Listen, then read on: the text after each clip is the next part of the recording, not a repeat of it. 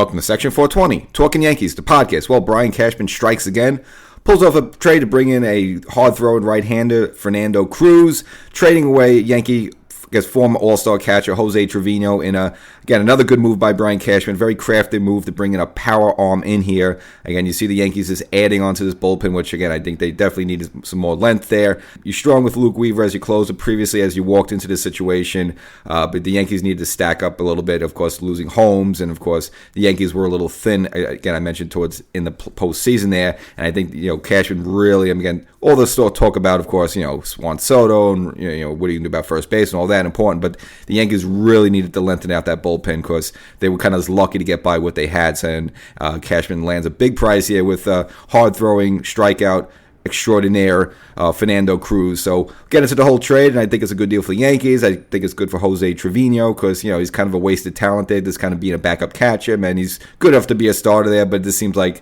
the Yankees are kind of set now as Austin Wells as the main man behind the dish there. So it's good for Trevino to just get an opportunity somewhere else where he'll probably get more playing time. So we'll get into the whole thing. Before we get started, there's plenty of moves left by Brian Cashman, so make sure you get instant reactions. You got to be a podcast subscriber, so if you're listening, wherever you're listening, look for something that says subscribe, follow, like, something of that ilk. And there's also a YouTube version of the show. Maybe not updated here as frequently, but you want to catch it as well. So go to YouTube after this, look for Section 420, Talkin Yankees, and subscribe there. So Yankees building upon this bullpen.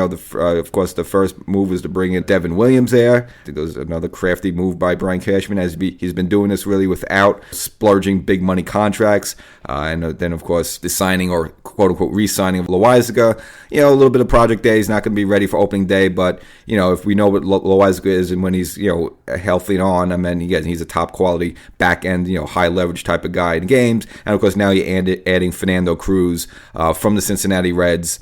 Now, probably you guys, again, you're not watching much Cincinnati Reds baseball, so maybe not too familiar with them. So we'll give you his numbers. Now, again, he's as I said before, he's a strikeout extraordinaire. Now, he does have some other problems with him that the Yankees are going to have to iron out. So his ERA last season was 4.86. So, approaching 5 there, so that's not good. The Yankees are going to have to tighten some things up. But, again, his ability to strike batters out in 66 and two-thirds innings, struck out 109 batters, and his 14.2 strikeouts per 9 innings is actually the highest in baseball for pitchers who threw a minimum of 50 innings last season. So that's one of those big binder stats that I guess Brian Cashman was able to look into. So again, they have to cut down on the walks. He did have 35 last season. So again, they got to bring that down a little bit. But if they can iron a few things out, here's the guy who just and he relies on the splitter. He gets a lot of swings and misses. And as you know, the Yankees with both their starters and relievers, they like to swing and miss stuff. That's why they like to throw a lot of stuff in the dirt. Now we've heard some former pitchers complain about that, like Sonny Gray. Mentioned how Sonny Gray, that why he wasn't so successful here with the Yankees. He was complaining that they made him throw too many balls in the dirt instead of just pitching to contact, what he normally does there. Unfortunately, it didn't work out for Sonny Gray. Again, he said that's not his style, but again, the Yankee philosophy is to bring these guys in here to throw a lot of stuff in the dirt, so that's why you see the Clay Holmes of the world and stuff like that.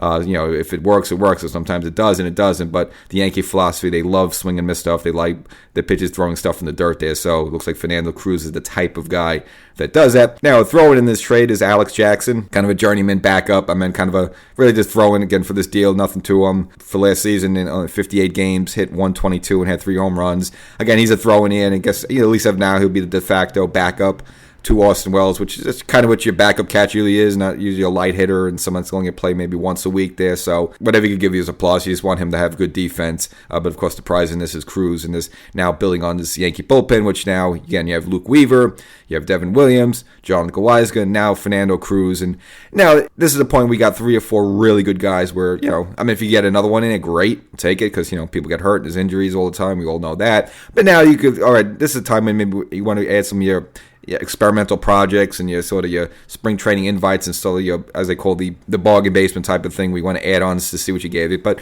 as long as you got 3 or 4 really good guys, you could depend on going into the season. Again, that's what you need for these, this is the way the game is, especially in the postseason. Again, it's all about the bullpen. These starters just don't go long anymore. Even like the great ones, you can barely get 6 innings out of someone like Cole sometimes, it seems like. So you really need 4 or 5 guys, really at least 4 just horses that you can send out there, and it's coming in to strike people out because that's just the way the game is these days. So Cashman doing a good job there. And for Trevino, as mentioned, obviously gave the Yankee a All-Star performance. 2022 was an All-Star.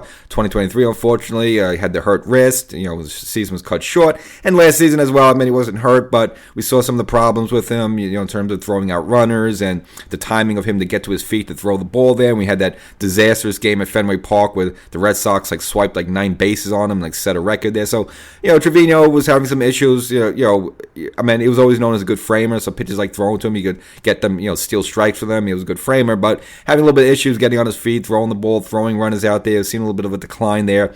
But overall, you can still say he's a good starter, but he wasn't going to start for the Yankees just because Austin Wells took the job. So you don't have a guy with that talent just wasting on the bench there. So I think it's a good move for him.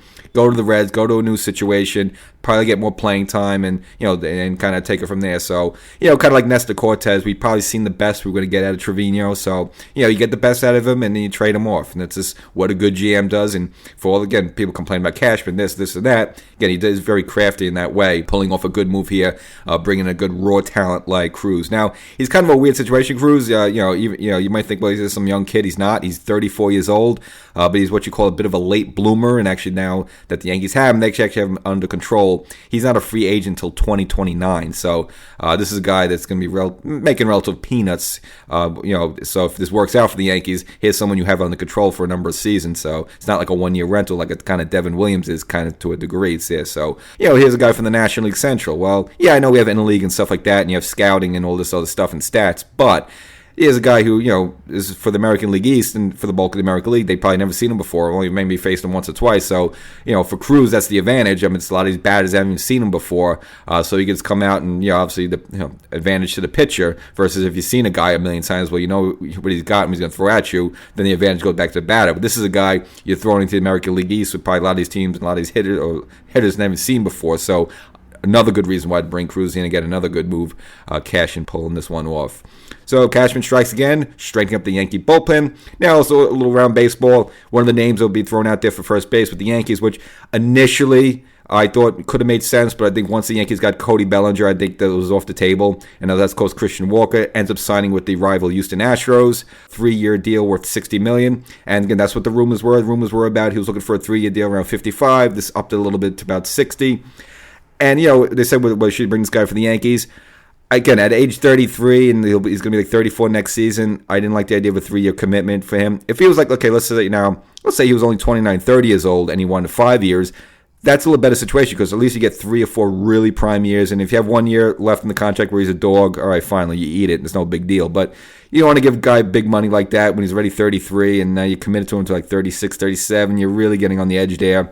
And plus, again, last season he had a little bit of an injury there, but defensively he was fine. They had 3 Gold Gloves in a row there, but did had a little bit of an injury last season. So I didn't like the idea of a 3-year deal. So fine, let him go to Houston and tear it up there in Minute Maid Park. I just think the Yankees, and what you're hearing, that they're going to go for at least maybe a lower cost option, a lower, less year.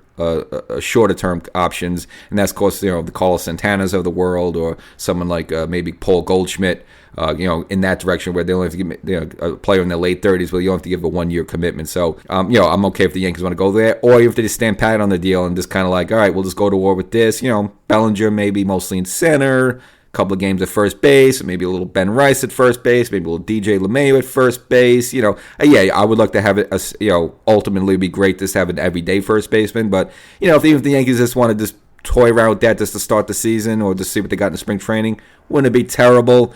Again, of all of them, I would like to just call Santana. I know he's 39, but switch hitter with power. He's not going to give you much of the batting average there, but I think he would be a really good addition for the Yankees, and he would just be a 1-year deal for $10 million or something. I mean, it'll be kind of not a big deal there, so let's see what direction the Yankees go. So, Fernando Cruz, a Yankee, adding to the Yankee bullpen there and strengthening it up.